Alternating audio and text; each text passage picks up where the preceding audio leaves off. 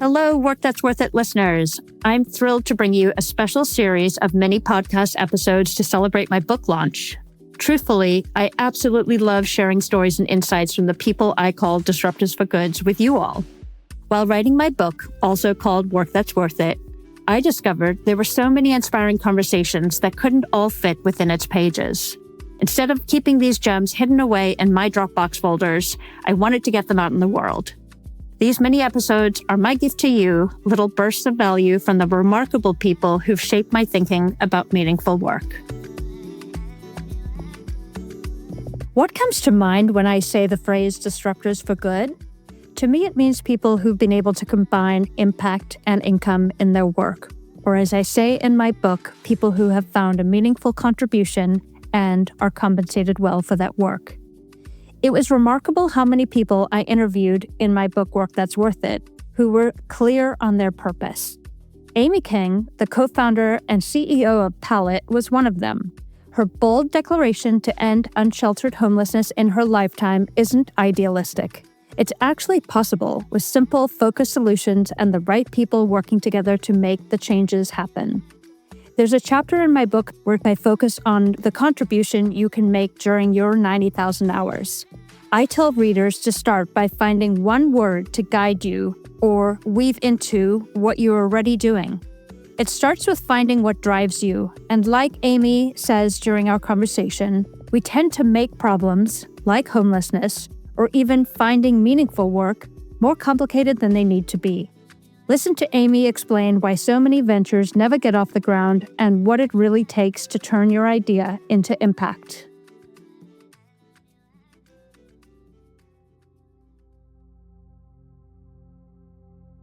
Find what matters to you in the world and figure out how you want to solve it, right? And that sounds so simplistic, but I think in today's society, we make things a lot harder than they need to be, homelessness being one of them. We've spent billions of dollars on addressing homelessness to no end because we made it too hard, and it just shouldn't be this hard.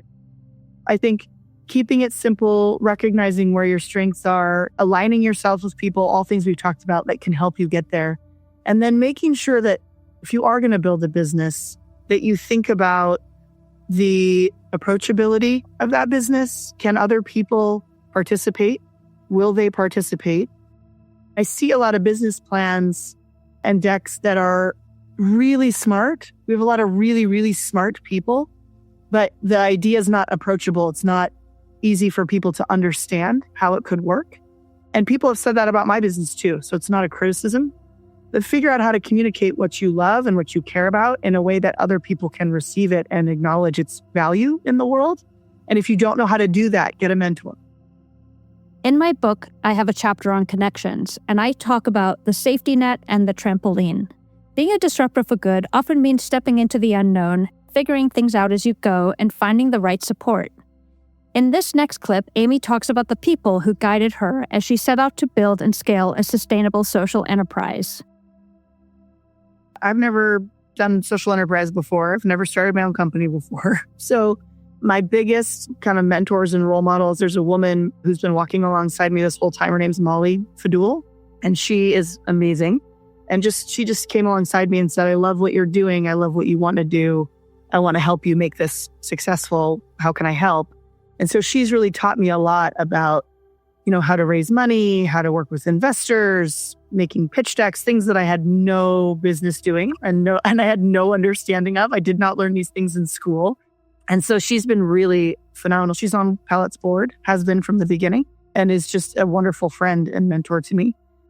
The other person who's really been an incredible mentor for me is Rich Barton, the CEO of Zillow. He and his wife have become good friends of my husband and I. His wife is on the board of Weld, our nonprofit, and is very passionate about criminal justice reform and the work that we do. And of course, he's a very successful businessman. He's started a number of tech businesses, taken them to successful exit and all of that, but also a very awesome and grounded and generous, amazing man, which you don't always see with tech entrepreneurs, if I could be so bold to say that. He's done a really good job of being a mirror for me and helping me kind of look inward and see what I have, the power that I have, which is hard for women in business, right? And I'm really grateful to him for that. And then I have another gentleman who works with me, who's done a lot of entrepreneurial work and also worked for other people. His name's Craig Milholland. He's our VP of operations at Pallet. So I hired him. He has been a wonderful mentor and friend and spiritual guide for me. I'm a very spiritual person, and he's been amazing. What makes Amy's mission to end homelessness so approachable is how clearly she bridges the gap between visionary thinking and grounded strategy. Here she shares how her team stays focused and moving forward while operating in a space that doesn't yet exist. We go away once a year on a retreat and we do visioning, 5-year visioning, and then back into what does that mean for this year, next year, the following year. But it's all like loosely held because it can change. Market's changing and we're innovating, right? So we're entering a market that doesn't exist. So we're constantly visioning. So we also do monthly strategy sessions where we review and say, is this still right? Does it make sense? What does the market tell us? How can we be responsive? Sounds like you do the visioning to sort of the dream, open up the dreams, and then you're doing the feet on the ground reality check monthly to make sure that those dreams look like you're heading in the right direction.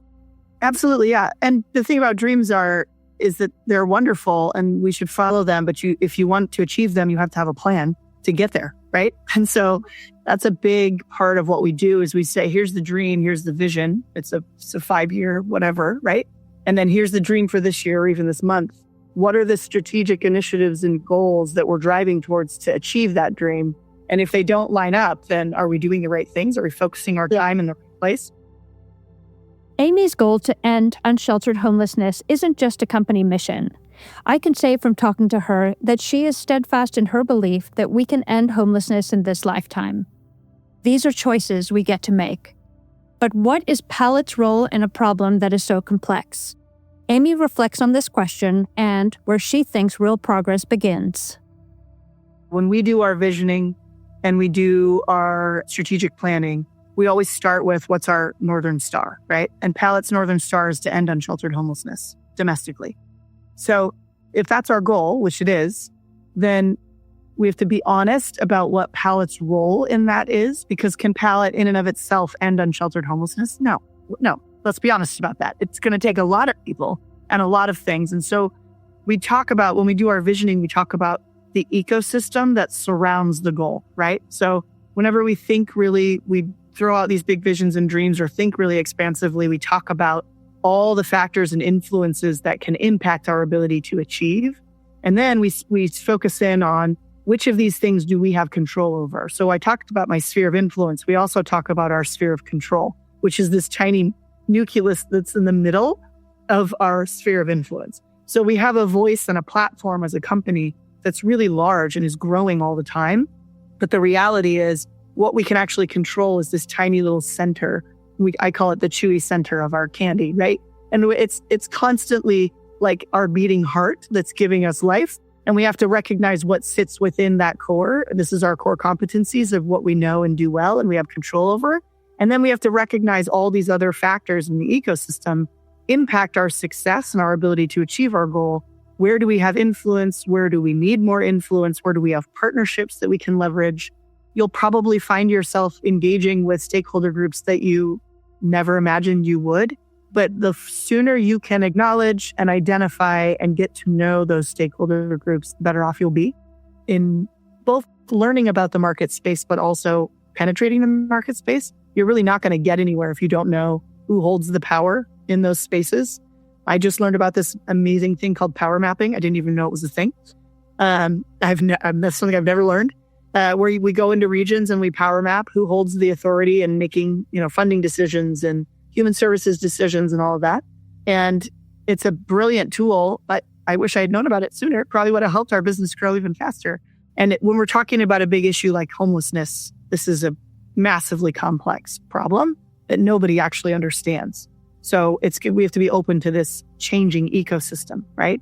But we're never going to achieve the goal if we don't hold on to the fact that we can end unsheltered homelessness in our lifetime.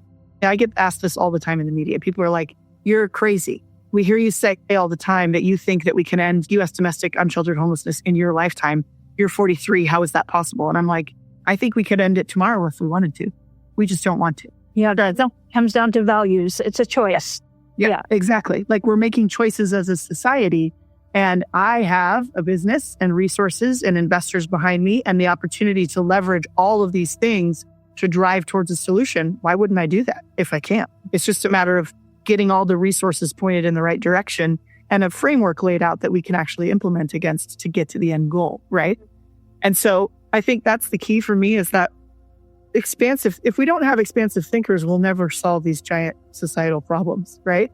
But then again, the key is, how do you turn that expansive thinking into an actionable strategy? Because a goal without a plan, or a dream without a plan, will never be realized. Like Amy just said, our dreams only become real when we match them with strategy, find our sphere of influence, and let our values guide us. Whether it's Amy's mission to end unsheltered homelessness, Sami Inkanen's goal to reverse diabetes and obesity in 1 billion people, or your own dream that's unrealized, it all starts with intention and a plan. I don't know about you, but I found Amy's declaration inspiring, and I hope it gave you the push you need to think about how you will use your 90,000 hours and the confidence to believe your influence is enough to get started. Thanks for taking time to listen to this mini episode. If you found this valuable, I have a special offer for my podcast listeners. You can get access to the first chapters of my book completely free. I share details in the show notes, so definitely check it out and you can get started reading today. Or, ready to dive into the full journey? Head over to workthat'sworthit.com to get your physical copy of my book, or wherever you buy books online. I would be absolutely delighted to have you both as a reader and a listener. Remember, the average career is 90,000 hours of your life. That's too significant to spend on work that doesn't fulfill you or add value into your life. Thank you for being here and making space to discover what's worth it for you.